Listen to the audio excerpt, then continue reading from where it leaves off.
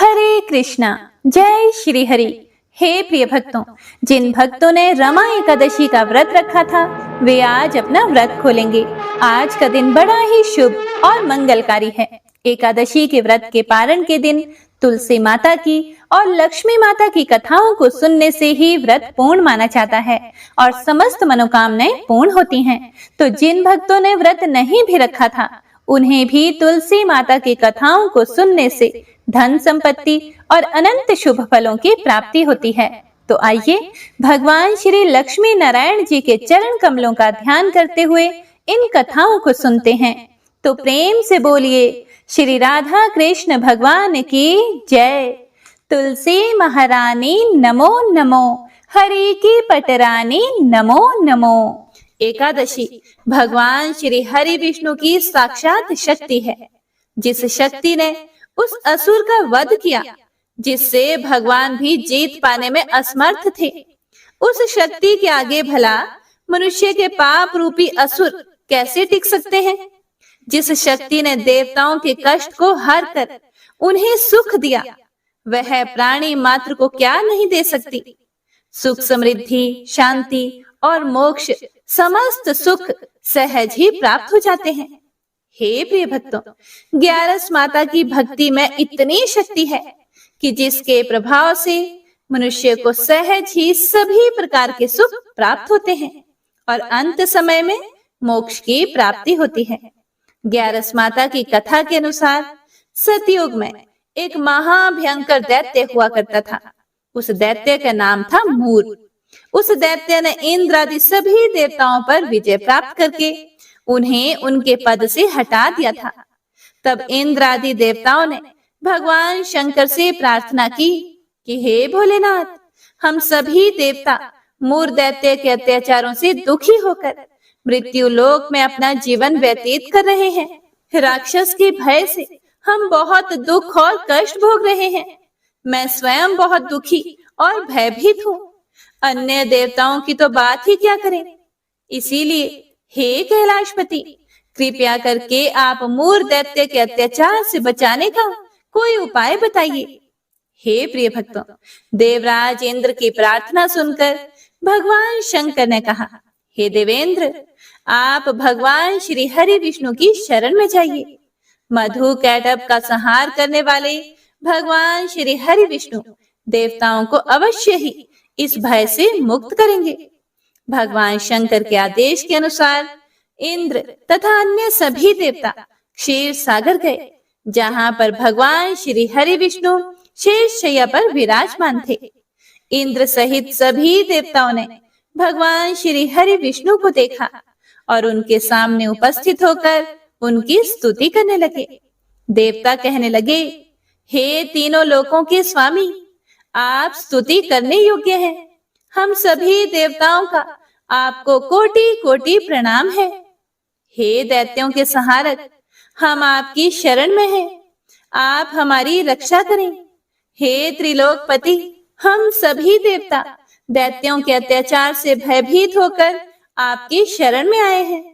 इस समय दैत्यों ने हमें स्वर्ग से निकाल दिया है और हम सभी देवता बड़ी ही दयनीय स्थिति में मृत्यु लोक में घूम रहे हैं। अब आप ही हमारे रक्षक हैं, हमारी रक्षा करें। हे जगन्नाथ, आप हमारी रक्षा करें। देवताओं की करुण पुकार सुनकर भगवान श्री हरि विष्णु बोले, हे देवगणों, वह कौन सा दैत्य है जिसने देवताओं को जीत लिया है। आप सभी देवगण किसके भय से पृथ्वी लोक में भटक रहे हैं। क्या वह दैत्य इतना बलवान है जिसने इंद्र सहित सभी देवताओं को जीत लिया है। तुम निर्भय होकर मुझे सब हाल बताओ। भगवान श्री हरि विष्णु के इन स्नेहमयी वचनों को सुनकर देवेंद्र ने कहा, हे प्रभु, प्राचीन काल में ब्रह्म वंश में उत्पन्न हुआ नाड़ी जंगम नाम का एक असुर था, जिसका मूर नामक एक पुत्र है जो चंद्रवती नामक नगरी में निवास करता है, जिसने अपने बल से मृत्यु लोक और देवलोक को जीत लिया है और सभी देवताओं को देवलोक से निकालकर अपने दैत्य कुल के असुरों को इंद्र, अग्नि, यम, वरुण और चंद्रमा आदि सभी को लोकपाल बना दिया है। वह स्वयं सूर्य बनकर पृथ्वी को तापता है और स्वयं मेघ बनकर जल की वर्षा करता है। इसीलिए आप इस बलशाली भयानक असुर का संहार करके देवताओं की रक्षा करें। देवेंद्र के मुख से ऐसे वचन सुनकर भगवान श्री हरि विष्णु बोले, हे देवताओं, मैं आपके शत्रु का शीघ्र ही संहार करूंगा। आप सभी इसी समय मेरे साथ चंद्रवती नगरी चलिए। देवताओं की पुकार पर भगवान श्री हरि विष्णु तुरंत ही उनके साथ चल पड़े और उधर दैत्यराज मुर ने अपने तेज से जान लिया था कि भगवान श्री हरि विष्णु युद्ध की इच्छा से उसकी राजधानी में आ रहे हैं। इसीलिए अपने राक्षस योद्धाओं के साथ वह भी युद्ध भूमि में आकर गरजने लगा और देखते ही देखते युद्ध प्रारंभ हो गया। युद्ध शुरू होने पर अनगिनत असुर अपने अस्त्र शस्त्रों को धारण करके देवताओं से युद्ध करने लगे, लेकिन देवता तो पहले से ही डरे हुए थे। वह अधिक देर तक राक्षसों का सामना ना कर सके और भाग खड़े हुए। तब भगवान श्री हरि विष्णु स्वयं युद्ध भूमि में आ गए। दैत्य पहले से भी ज्यादा जोश में भरकर भगवान श्री हरि विष्णु से युद्ध करने लगा। वे अपने अस्त्र शस्त्रों से उन पर भयानक प्रहार करने लगा। दैत्यों के आक्रामक वारों को श्री हरि विष्णु अपने चक्र और गदा के प्रहारों से नष्ट करने लगे। इस युद्ध में अनेक दैत्य सदा के लिए मृत्यु की गोद में समा गए, किंतु दैत्यराज मुर भगवान विष्णु के साथ निश्चल भाव से युद्ध करता रहा। उसका तो जैसे अभी बाल भी बांका नहीं हुआ था। वह बिना डरे युद्ध कर रहा था। भगवान विष्णु मुर को मारने के लिए जिन जिन शस्त्रों का प्रयोग करते, वे सब उसके तेज से नष्ट होकर उस पर पुष्पों के समान गिरने लगते। अनेक अस्त्र शस्त्रों का प्रयोग करने पर भी भगवान श्री हरि विष्णु उससे जीत ना सके। तब वे आपस में मल्ल युद्ध करने लगे। भगवान श्री हरि विष्णु उस असुर से देवताओं के लिए सहस्त्रों वर्षों तक युद्ध करते रहे, किंतु उस असुर से जीत ना सके। अंत में भगवान विष्णु शांत होकर विश्राम करने की इच्छा से बद्रिकाश्रम स्थित 38 कोस लंबी एक द्वार वाली हेमवती नाम की एक गुफा में प्रवेश कर गए। उस गुफा में भगवान ने शयन किया। भगवान विष्णु के पीछे पीछे वह दैत्य भी चला आया। भगवान श्री हरि विष्णु को सोता हुआ देखकर वह दैत्य उन्हें मारने को तैयार हुआ। वह सोच रहा था कि आज तो मैं अपने चिर शत्रु को मारकर हमेशा हमेशा के लिए निष्कंटक हो जाऊंगा। लेकिन उसकी यह इच्छा पूर्ण ना हो सकी, क्योंकि उसी समय भगवान श्री हरि विष्णु की देह से एक दिव्य वस्त्र धारण किए हुए एक अत्यंत मोहिनी देवी उत्पन्न हुई और राक्षस को ललकार कर उससे युद्ध करने लगी। उस देवी को देखकर राक्षस को घोर आश्चर्य हुआ और वह सोचने लगा कि यह ऐसी दिव्य कन्या कहां से उत्पन्न हुई। और फिर वह असुर उस कन्या से लगातार युद्ध करता रहा। कुछ समय बीतने पर उस देवी ने क्रोध में आकर उस दैत्य के अस्त्र शस्त्रों के टुकड़े टुकड़े कर दिए। अब तो उस दैत्य को बड़ा ही क्रोध आया और वह सारी मर्यादाएं भंग करके उस देवी से मल्ल युद्ध करने लगा।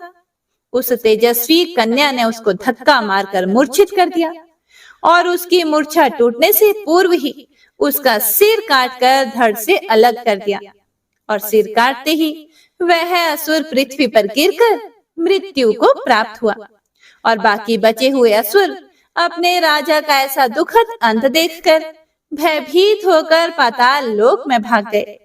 भगवान श्री हरि विष्णु जब निद्रा से जागे तो उस असुर को मरा हुआ देखकर उन्हें घोर आश्चर्य हुआ और वे सोचने लगे कि इस महाबली को किसने मारा है।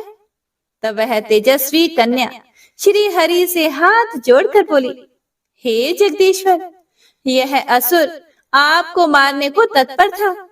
तब मैंने आपके शरीर से उत्पन्न होकर इस असुर का वध किया है। देवी की बात सुनकर भगवान श्री हरि विष्णु बोले कि तुमने इस असुर को मारा है, इसीलिए हे देवी मैं तुमसे अत्यंत प्रसन्न हूँ। इसे मारकर तुमने तीनों लोकों के देवताओं के कष्ट को हरा है, इसीलिए तुम अपनी इच्छा अनुसार वरदान मांग लो, मैं तुम्हारी प्रत्येक इच्छा को पूर्ण करूंगा। भगवान की बात सुनकर वह देवी बोली कि हे प्रभु, मुझे यह वरदान दीजिए कि जो भी मनुष्य या देव मेरा व्रत करे उसके सभी पाप नष्ट हो जाएं और अंत में उसे स्वर्ग लोक की प्राप्ति हो। मेरे व्रत का आधा फल रात्रि को मिले और उसका आधा फल एक समय भोजन करने वाले को मिले।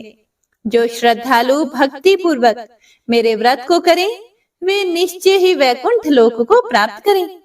जो मनुष्य मेरे व्रत में दिन तथा रात्रि को एक बार भोजन करें वह धन धान्य से भरपूर रहे। कृपया करके मुझे ऐसा वरदान दीजिए। भगवान श्री हरि विष्णु ने कहा, हे देवी ऐसा ही होगा। मेरे और तुम्हारे भक्त एक ही होंगे और अंत में संसार में प्रसिद्धि को प्राप्त होकर मेरे लोक को प्राप्त करेंगे। हे कल्याणी, तुम एकादशी को पैदा हुई हो, इसीलिए तुम्हारा नाम भी एकादशी हुआ।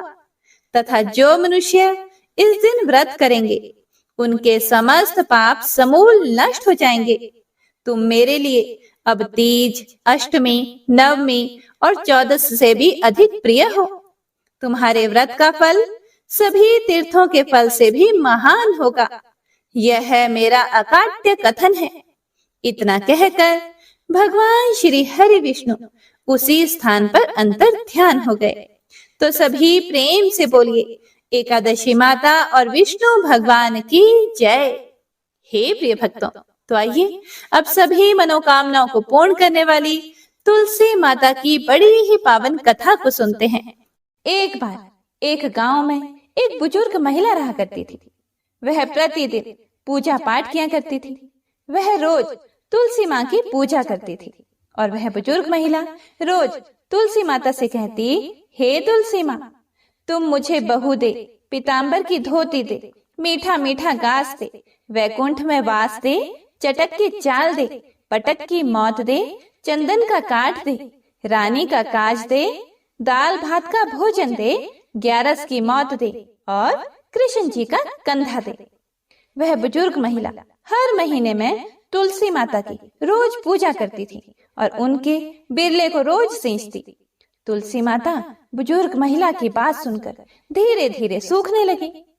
तभी भगवान श्री कृष्ण जी ने देखा कि तुलसी माता सूख रही है और तभी एक दिन भगवान श्री कृष्ण तुलसी माता जी के पास प्रकट हुए और भगवान श्री कृष्ण जी ने तुलसी माता से पूछा, तुम क्यों सूख रही हो? सभी महिलाएं तुम्हारी पूजा करती हैं और तुमको रोज सींचती हैं, लेकिन फिर भी तुम सूखती जा रही हो। इसका कारण क्या है? जिसके बाद तुलसी माता ने भगवान श्री कृष्ण जी से कहा कि हे प्रभु, एक बुजुर्ग महिला मेरे पास रोज आती है और रोज एक ही बात बोलती है कि हे तुलसी माता, सबकी दाता, मैं तेरा बिरला सींचती हूँ, तुम मुझे बहू दे, पीताम्बर की धोती दे, मीठा मीठा घास दे, वैकुंठ में वास दे, चटक की चाल दे, पटक की मौत दे, चंदन का काट दे, रानी सा राज दे, दाल भात का भोजन दे, 11 की मौत दे और कृष्ण जी का कांधा दे। मैं उस बुजुर्ग महिला की सारी मनोकामनाएं पूरी कर सकती हूँ, लेकिन उसकी एक मनोकामना पूरी नहीं कर सकती। मैं कृष्ण जी का कंधा कहाँ से दूंगी? भगवान श्री कृष्ण जी तुलसी माता की यह बात सुनकर जोर जोर से हंसने लगे और फिर भगवान श्री कृष्ण जी ने तुलसी माता जी से कहा कि तुम चिंता मत करो। जब वह बुजुर्ग महिला की मृत्यु होगी तब मौके पर मैं और आप ही कंधा दे देंगे।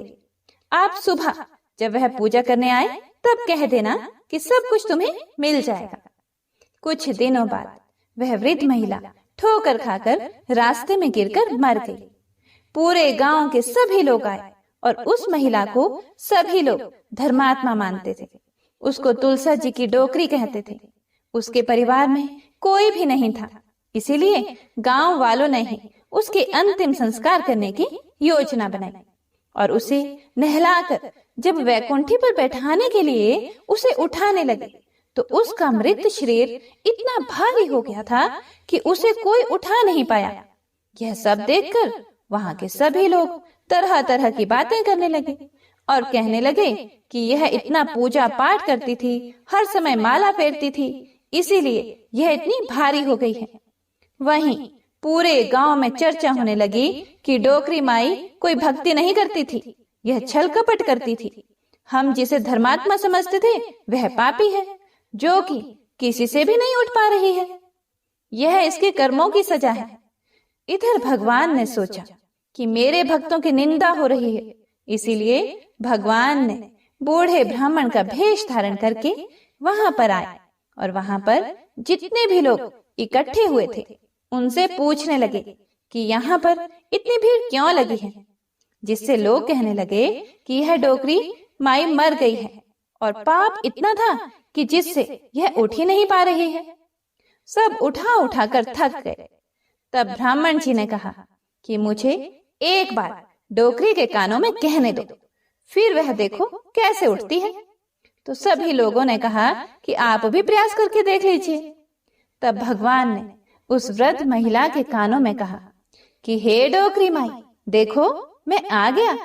और जो भी बुढ़िया माई पूजा करते समय शब्द कहती थी वह शब्द उसके कानों में कहने लगे, तू बिरला सिंचे मेरा, मैं करूं निस्तारा तेरा। डोकरी माई बहू ले, बेटी ले, पोता ले, लड्डू ले, पीताम्बर की धोती ले, गहना ले, घी का घड़ा ले, मीठा मीठा खीर और पूड़ी ले, दाल भात का भोजन ले, धन दौलत ले, बेटा पोता को काम ले, तुलसी का पत्ता ले, मुंह में गंगा जल ले, 11 को दिन ले, श्री कृष्ण जी का कंधा ले। इतना सुनते ही डोकरी हल्की हो गई। भगवान ने बोला, आओ और उसको उठाओ। भगवान ने हाथ लगाया और डोकरी उठ गई। सबको बड़ा ही आश्चर्य हुआ। उसे खूब धूमधाम से ले जाया गया। भगवान उसे अपने कंधे पर ले गए। पूरे गांव में इसकी चर्चा होने लगी, जिससे उसको मुक्ति मिल गई और वह वैकुंठ में चली गई। सभी लोग देखते रह गए। सभी लोगों ने देखा कि शमशान घाट तक तो ब्राह्मण साथ ही आया था, लेकिन अब वह दिखाई नहीं दे रहा है। इससे लोगों को समझ में आ गया कि वह और कोई नहीं, स्वयं भगवान ही बूढ़े ब्राह्मण के रूप में आए थे। तो बोलिए श्री राधा कृष्ण भगवान की जय, बोलिए श्री तुलसी शालिग्राम जी की जय। एक बार भगवान विष्णु जी शेषनाग पर बैठे बैठे उदास हो गए और धरती पर जाने का विचार बनाया। धरती पर जाने का मन बनाते ही विष्णु जी जाने की तैयारियों में लग गए।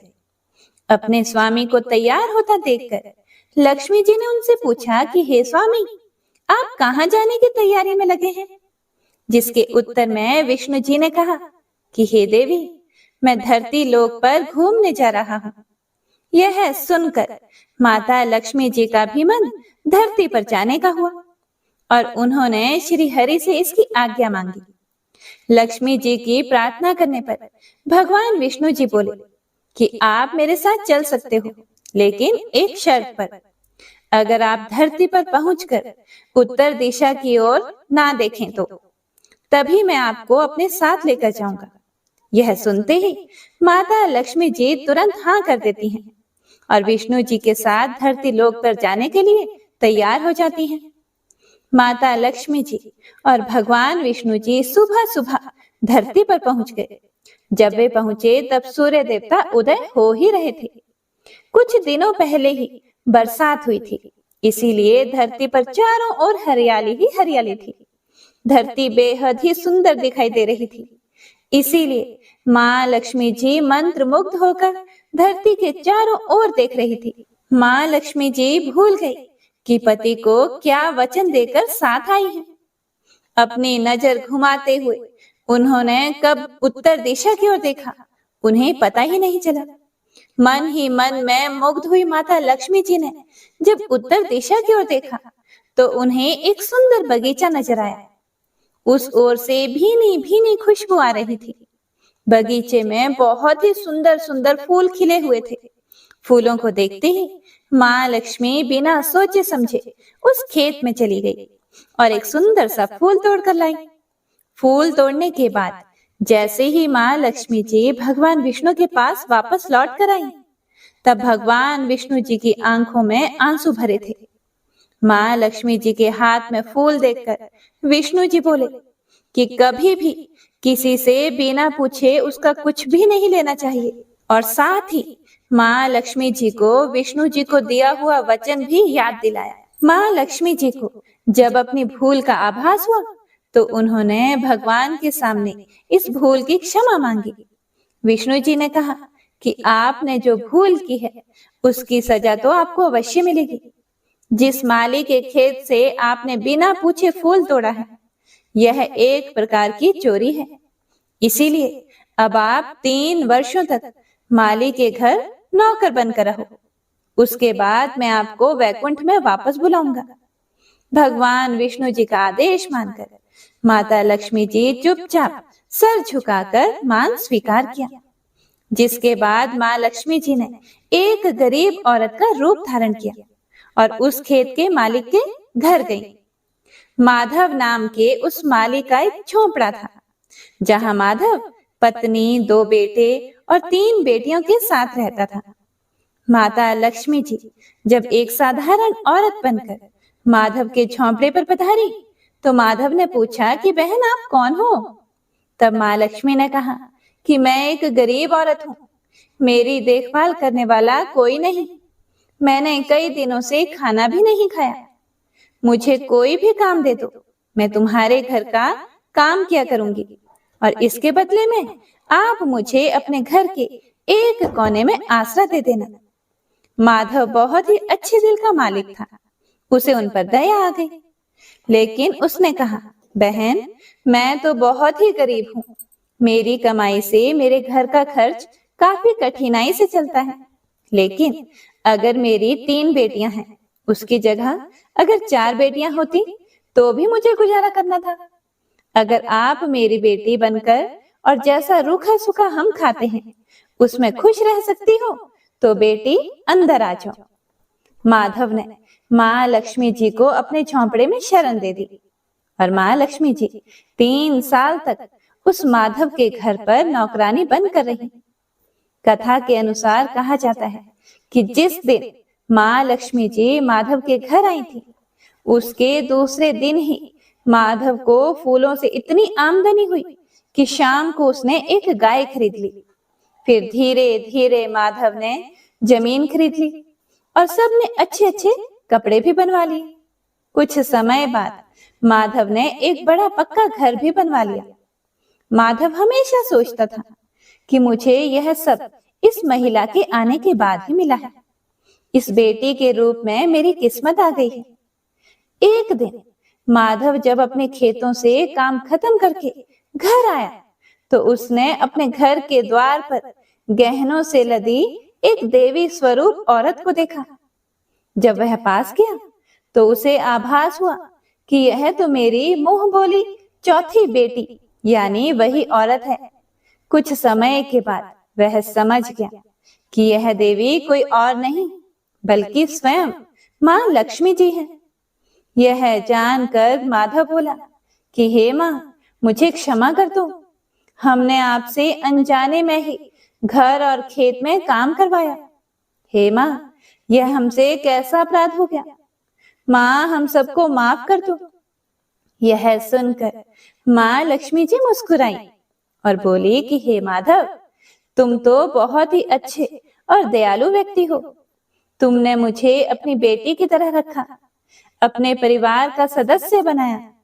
इसके बदले मैं तुम्हें वरदान देती हूँ कि तुम्हारे पास कभी भी खुशियों की और धन की कमी नहीं रहेगी, तुम्हें सारे सुख मिलेंगे जिसके तुम हकदार हो।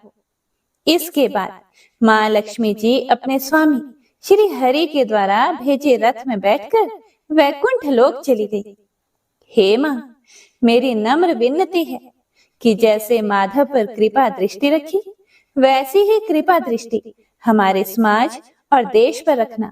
कथा को सुनने वाले, सुनाने वाले और हुंकारा भरने वाले सभी भक्तजनों पर रखना। तो प्रेम से बोलिए लक्ष्मी नारायण भगवान की जय। आइए अब तुलसी माता की दूसरी कथा का श्रवण करते हैं। इस कथा को सुनने से एकादशी के व्रत का संपूर्ण फल मिल जाता है। तो आइए प्रसन्नचित मन से इस कथा को सुनते हैं। कथा के अनुसार एक कुटुंब में ननंद तथा भाभी साथ में रहते थे। ननंद का विवाह अभी नहीं हुआ था। वह तुलसी के पौधे की बहुत सेवा किया करती थी, लेकिन उसकी भाभी को यह सब कुछ बिल्कुल भी पसंद नहीं था। जब कभी भी उसकी भाभी को अत्यधिक गुस्सा आता, तब वह उसे ताना देते हुए कहती कि जब तुम्हारा विवाह होगा तो मैं तुलसी ही बरातियों को खाने को दूंगी और तुम्हारे दहेज में भी तुलसी ही दूंगी। कुछ समय बीत जाने पर ननंद का विवाह पक्का हुआ। विवाह के दिन भाभी ने अपने कहे अनुसार, मतलब जैसा कि वह हमेशा बोला करती थी कि तुम्हारे विवाह में बारातियों को तुलसी ही खाने को दूंगी और दहेज में भी तुलसी ही दूंगी, तो भाभी ने बारातियों के सामने तुलसी का गमला फोड़ दिया और बारातियों को उसे खाने के लिए कहा। तुलसी माता की कृपा से वह फूटा हुआ गमला अनेकों स्वादिष्ट पकवानों में बदल गया। भाभी ने गहनों के नाम पर तुलसी की मंजरी से बने हुए गहने पहना दिए और वे भी सुंदर सोने जवाहरात में बदल गए। भाभी ने वस्त्रों के स्थान पर तुलसी का जनेऊ रख दिया और वह रेशमी तथा सुंदर वस्त्रों में बदल गया। जब ननंद ससुराल पहुंची तो उसके ससुराल में उसके दहेज की बहुत प्रशंसा की गई। जब यह बात भाभी के कानों तक पहुंची तो उसे बड़ा ही आश्चर्य हुआ। उसे अब तुलसी माता की पूजा का महत्व समझ में आया। भाभी की एक लड़की थी। वह अपनी लड़की से कहने लगी कि तुम भी तुलसी की सेवा किया करो, तुम्हें भी बुआ की तरह फल मिलेगा। वह जबरदस्ती अपनी बेटी से तुलसी माता की सेवा करने को कहती, लेकिन लड़की का मन तुलसी सेवा में नहीं लगता था। लड़की के बड़े होने पर उसके विवाह का समय आ गया। तब भाभी सोचती है कि जैसा व्यवहार मैंने अपनी ननंद के साथ किया था, वैसा ही मैं अपनी लड़की के साथ भी करती हूँ, तो यह भी गहनों से लद जाएगी और बारातियों को खाने में पकवान मिलेंगे। ससुराल में इसे भी बहुत इज्जत मिलेगी। यह सोचकर वह बारातियों के सामने तुलसी का गमला फोड़ देती है, लेकिन इस बार गमले की मिट्टी ही रही, मंजरी तथा पत्ते भी अपने रूप में ही रहे। जनेऊ भी अपना रूप नहीं बदलता है। सभी लोगों तथा बारातियों द्वारा भाभी की बुराई की जाती है। लड़की के ससुराल वाले भी लड़की की बुराई करते हैं। भाभी कभी भी ननंद को घर नहीं बुलाती थी। भाई को बहन की याद आती है, तो भाई ने सोचा बहुत समय हो गया, मैं बहन से मिल कर आता हूँ। उसने अपनी पत्नी से कहा और कुछ उपहार बहन के पास ले जाने की बात कही। भाभी ने थैले में ज्वार भर कर दे दिया और कहा और कुछ नहीं है, तुम यही ले जाओ। वह दुखी मन से बहन के पास चल पड़ा। वह सारे रास्ते सोचता रहा कि कोई भाई अपनी बहन के घर ज्वार कैसे ले जा सकता है। यह सोचकर वह एक गौशाला के पास रुका और ज्वार का थैला गाय के सामने पलट दिया। तभी गाय पालने वाले ने कहा कि आप गाय के सामने हीरे मोती तथा सोना क्यों डाल रहे हो? यह देखकर भाई को बड़ा ही आश्चर्य हुआ और उसने सभी हीरे मोती तथा सोना वापस अपने थैले में रख लिया। भाई ने सारी बात अपनी बहन को बताई और बड़ी खुशी खुशी उसने सारे हीरे मोती और जेवर अपनी बहन को दिए। दोनों भाई बहन एक दूसरे को देखकर अत्यंत प्रसन्न हुए। जैसी कृपा माता तुलसी ने ननंद पर की, ऐसी ही कृपा सभी पर करना। बोलिए श्री तुलसी माता शालिग्राम भगवान की जय। बोलिए श्री लक्ष्मी नारायण भगवान की जय। आइए अब तुलसी जी की तीसरी कथा को सुनते हैं। इस कथा को पूरा सुनने से सभी मनोकामनाएं पूर्ण हो जाती हैं। सावर्णी मुनि की पुत्री तुलसी अपूर्व सुंदरी थी। उनकी इच्छा थी कि उनका विवाह भगवान नारायण के साथ हो। इसके लिए उन्होंने नारायण पर्वत की घाटी में स्थित बद्री वन में घोर तपस्या की। दीर्घ काल तक तपस्या के उपरांत ब्रह्मा जी ने प्रसन्न होकर दर्शन दिए और वर मांगने को कहा। तुलसी जी ने कहा, हे सृष्टिकर्ता, हे ब्रह्मदेव, आप अंतर्यामी हैं, सबकी मन की बात जानते हैं। फिर भी मैं अपनी इच्छा आपसे बताती हूँ। मैं चाहती हूँ कि भगवान श्री नारायण मुझे पति रूप में मिले। ब्रह्मा जी ने कहा, तुम्हारा अभीष्ट तुम्हें अवश्य मिलेगा। अपने पूर्व जन्म में किसी अपराध के कारण तुम्हें श्राप मिला है। इसी प्रकार भगवान श्री नारायण के एक पार्षद को भी दानव कुल में जन्म लेने का श्राप मिला है। दानव कुल में जन्म लेने के बाद भी उसमें नारायण का अंश विद्यमान रहेगा। इसीलिए इस जन्म में पूर्व जन्म के पाप के शमन के लिए संपूर्ण नारायण तो नहीं मिलेंगे, लेकिन नारायण के अंश से युक्त दानव कुल में जन्मे उस शापग्रस्त पार्षद से तुम्हारा विवाह होगा। शाप मुक्त होने पर भगवान श्री नारायण सदा सर्वदा के लिए तुम्हारे पति हो जाएंगे। तुलसी जी ने ब्रह्मा के इस वर को स्वीकार किया, क्योंकि मानव कुल में जन्म के कारण उस मायावी भोग को तो भोगना ही था। तुलसी जी बद्री वन में ही रहने लगी। नारायण का वह पार्षद दानव कुल में जलंधर के नाम से पैदा हुआ था। कुछ दिनों बाद वह भ्रमण करता हुआ बद्री वन में आया। यहाँ तुलसी को देखते ही वह उस पर मंत्र मुग्ध हो गया और तुलसी के सामने उसने अपने विवाह का प्रस्ताव रखा। उसने तुलसी जी से विवाह करने की इच्छा प्रकट की। इतने में ही महाब्रह्मा जी भी वहां आ गए और तुलसी जी से कहा, तुलसी, जलंधर को देखो, कैसा देवोपम उसका स्वरूप है। दानव कुल में जन्म लेने के बाद भी लगता है जैसे इसके शरीर में नारायण का वास हो। तुम प्रस्ताव को सहर्ष स्वीकार कर लो। तुलसी को भी लगा कि उसकी तपस्या पूर्ण हुई, उसे इच्छित फल मिला है। जलंधर के साथ उसका गंधर्व विवाह हो गया और वह जलंधर के साथ उसके महल में पत्नी बनकर आ गई। जलंधर ने अपनी परम सुंदरी सती साध्वी पत्नी तुलसी के साथ बहुत दिनों तक राज्य किया। उसने अपने राज्य का इतना विस्तार किया कि देवलोक तक उसके अधिकार में आ गया। स्वर्ग का सुख भोगने वाले देवताओं की दशा भिखारियों जैसी हो गई। जलंधर किसी को कष्ट नहीं देता था, पर अधिकार और राज्य छीन जाने से सारे देवता मिलकर ब्रह्मा, विष्णु और शिव जी की सभा में गए तथा अपनी विपत्ति सुनाई।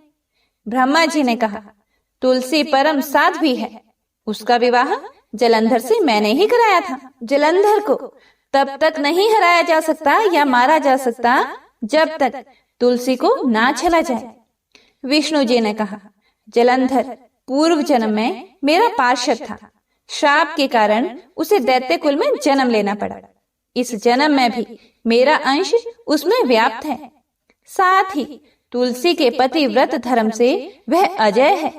फिर देवताओं की सहमति से भगवान शिव ने जलंधर के पास संदेश भेजा कि या तो वह देवताओं को राज्य लौटा दे या फिर उनसे युद्ध करे।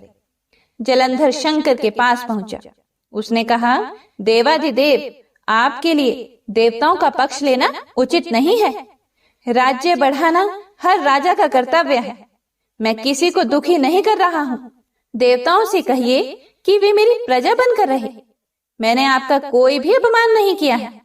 हमारा आपका युद्ध शोभा नहीं देता है। अगर आप हार गए तो बड़ी लज्जा की बात होगी। मैं हार गया तो आपकी कीर्ति बहुत अधिक नहीं बढ़ेगी। भगवान शंकर फिर हंसने लगे। वे तो सब रहस्य समझते थे। तुलसी और जलंधर के पूर्व जन्म के श्राप की अवधि लगभग पूरी हो चुकी थी। फिर शंकर जी बोले, इसमें कीर्ति और लज्जा की बात क्या है? तुम देवों को राज्य लौटाकर उन्हें उनके पद पर प्रतिष्ठित होने दो। युद्ध से बचने का यही एक उपाय है। जलंधर ने कहा, मैंने युद्ध के बल से देवलोक जीता है। कोई उसे युद्ध के द्वारा ही वापस ले सकता है। यह है मेरा अंतिम उत्तर है। अब मैं जा रहा हूँ। ऐसा कहकर जलंधर चला गया। उसने अपनी पत्नी तुलसी को सारी बातें बताई और कहा, कर्म भोग सब काल सूत्र में बंधा है। जीवन में हर्ष, शोक, भय, सुख, दुख, मंगल, अमंगल काल के अधीन है। हम तो केवल निमित्त हैं। संभव है भगवान शिव देवों का पक्ष लेकर मुझसे युद्ध करे। तुम चिंता मत करना, तुम्हारा सती तेज मेरी रक्षा करेगा। दूसरे दिन भगवान शंकर के नेतृत्व में देवताओं ने युद्ध छेड़ दिया। जलंधर ने भीषण बाणों की वर्षा कर उनका वेग रोका। उसके प्रहार से देवता डगमगाने लगे। उसने दानवी शक्ति का प्रयोग करके मायावी युद्ध आरंभ किया। युद्ध स्थल पर वह किसी को भी दिखाई नहीं देता था, पर उसके अस्त्र शस्त्र प्रहार कर देवों को घायल कर रहे थे। देवगण अपने अस्त्र चलाएं तो किस पर चलाएं, क्योंकि कोई शत्रु सामने था ही नहीं। कई दिनों तक इस तरह भयंकर युद्ध चला। जलंधर पराजित नहीं हुआ। तब शिव जी ने विष्णु से कहा, विष्णु कुछ तो उपाय करो, अन्यथा मेरा तो सारा यश मिट्टी में मिल जाएगा। विष्णु जी ने सोचा, बल से तो जलंधर को हराया नहीं जा सकता, इसीलिए छल का सहारा लेना ही पड़ेगा।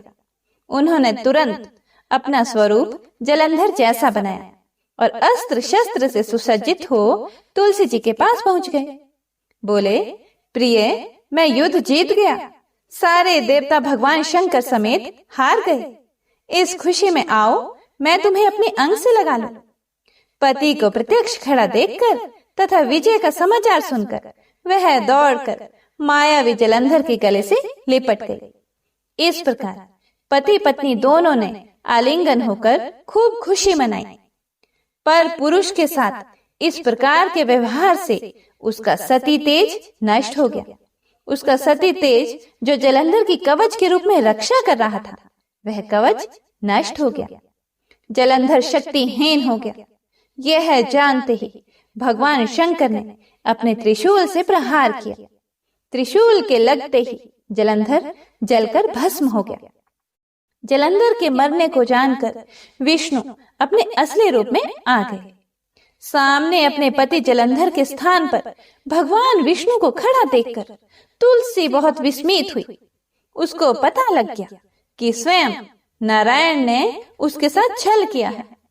क्रोध में आकर तुलसी जी ने श्राप दिया, एक सती स्त्री का स्तित्व भंग करने के अपराध में तुम हृदयहीन पत्थर हो जाओ। विष्णु जी ने तुलसी के श्राप को शिरोधार्य कर कहा, देवी, तुम्हारे तथा जलंधर के कल्याण के लिए मुझे ऐसा करना पड़ा। तुम दोनों को श्राप मुक्त करना था। तुम भी अब अपना शरीर त्याग कर तुलसी बिरवा के रूप में जन्म लोगी और मेरी पूजा तुलसी दल से होगी। मैं शालिग्राम पत्थर बनूंगा। मेरे शीश पर तुम आदर से विराजमान होंगी। तुम्हारे पति की हड्डियों के चूर्ण से शंख की उत्पत्ति होगी। उस शंख ध्वनि से देवताओं तथा मेरी पूजा आराधना होगी। जहाँ शंख ध्वनि होगी वहाँ मंगलमय मैं विराजमान रहूंगा। तुमने पूर्व जन्म में बद्री वन में मुझे पाने के लिए बड़ी तपस्या की थी। अब अगले जन्म में मैं नारायण प्रस्तर के रूप में बद्रीनाथ वन में स्थापित होऊंगा और मेरी पूजा अर्चना फल फूल से ना होकर तुम्हारी तुलसी दल से होगी। मेरे शीश पर विराजमान होकर तुम मुझसे भी ऊंचा पद प्राप्त करोगे। बोलिए श्री लक्ष्मी नारायण भगवान की जय। श्री तुलसी महारानी करो विनय सिर नाए, जो मम हो संकट विकट दीजे मात नशाए। नमो नमो तुलसी महारानी, महिमा मिट ना जाए बखानी। दियो विष्णु तुमको सन्माना, जग में छाय सुअश्य महाना। विष्णु प्रिया जय जयति भवानी, तिहु लोक की हो सुख खानी। भगवत पूजा कर जो कोई, बिना तुम्हारे सफल न होई। जिन घर तव नहीं होए निवासा, उस पर करी विष्णु नहीं बासा। करे सदा जो तव नित सुमिरन, ते ही के काज होए सब पूरन। कार्तिक मास महात्म तुम्हारा, ताको जानत सब संसारा। तब पूजन जो करे कुंवारी, पावे सुंदर वर सुकुमारी। करे जो पूजन नित्य प्रति नारी, सुख संपत्ति से होए सुखारी। वृथा नारी करे जो पूजन, मिले भक्ति होवे पुलकित मन। श्रद्धा से पूजे जो कोई, भवनिधि से तर जावे सोई। कथा भागवत यज्ञ करावे, तुम बिन नहीं सफलता पावे। छायो तब प्रताप जग भारी, ध्यावत तुम ही सकल चित धारी। तुम ही मात यंत्रन तंत्रन में, सकल काज सिद्धि होवे क्षण में। औषधि रूप आप हो माता, सब जग में तव यश विख्याता। देव ऋषि मुनियो तपधारी, करत सदा तव जय जयकारे। वेद पुरातन तव यश गाया, महिमा गम पार नहीं पाया। नमो नमो जय जय सुख करनी, नमो नमो जय दुख निवारणी। नमो नमो सुख संपत्ति देनी, नमो नमो अघ काटन छेनी। नमो नमो भक्तन दुख हरनी, नमो नमो दुष्टन मद छेनी। नमो नमो भव पार उतारनी, नमो नमो परलोक सुधारनी। नमो नमो निज भक्त उबारनी, नमो नमो जन काज संवारनी। नमो नमो जय कुमति निशावनी, नमो नमो सब सुख उपजावनी। जयति जयति जय तुलसी माई, ध्याऊं तुमको शीश नवाई। निज जन जानी मोहि अपनाओ, बिगड़े कारज आप बनाओ। करूं विनय में मात तुम्हारी, पूर्ण आशा करहूं हमारी। शरण चरण कर जोर मनाऊं, निश दिन तेरे ही गुण गाऊं। करहूं माता बमो पर दाया, निर्मल होए सकल मम काया। मांगू मात ये बर दीजिए, सकल मनोरथ पूर्ण कीजिए।